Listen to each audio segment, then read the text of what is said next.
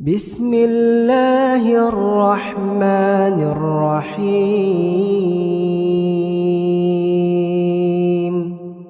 إنا أرسلنا نوحا إلى قومه أن أنذر قومك من قبل أن يأتيهم عذاب أليم قال يا قوم إني لكم نذير مبين أن اعبدوا الله واتقوه وأطيعون يغفر لكم من ذنوبكم ويؤخركم إلى أجل مسمى إن أجل الله إذا جاء لا يؤخر لو كنتم تعلمون قال رب إني دعوت قومي ليلا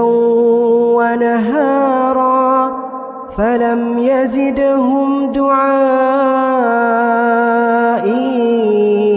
إلا فرارا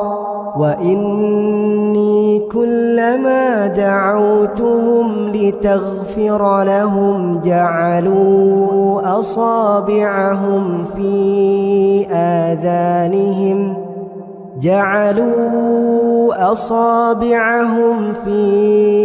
آذانهم واستغشوا ثيابهم وأصروا واستكبروا استكبارا ثم إني دعوتهم جهارا ثم إني أعلنت لهم وأسررت لهم إسرارا فقلت استغفروا ربكم إنه كان غفارا يرسل السماء عليكم مدرارا ويمددكم بأموال وبنين ويجعل لكم جنات ويجعل لكم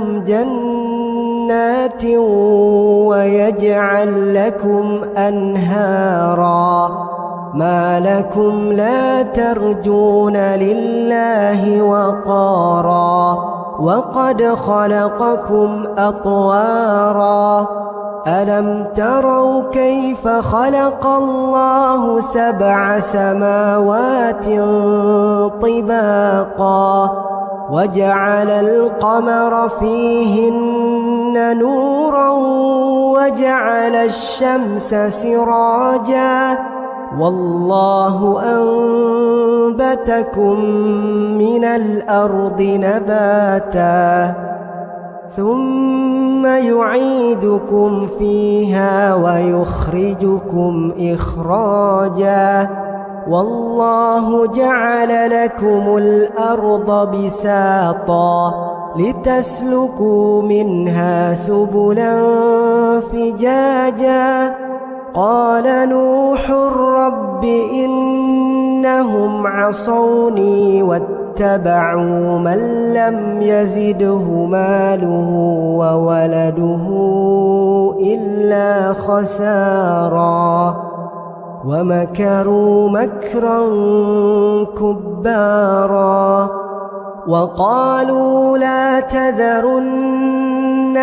آلهتكم ولا تذرن ودا ولا سواعا ولا يغوث ويعوق ونسرا وقد أضلوا كثيرا ولا تزد الظالمين إلا ضلالا مما خطيئاتهم أغرقوا فأدخلوا نارا فلم يجدوا لهم من دون الله أنصارا. وقال نوح رب لا تذر على الأرض من الكافرين ديارا إنك إن تذرهم يضلوا عبادك ولا يلدوا إلا فاجرا كفارا. رب اغفر لي ولوالدي ولمن دخل بيتي مؤمنا وللمؤمنين والمؤمنات ولا تزد الظالمين إلا تبارا.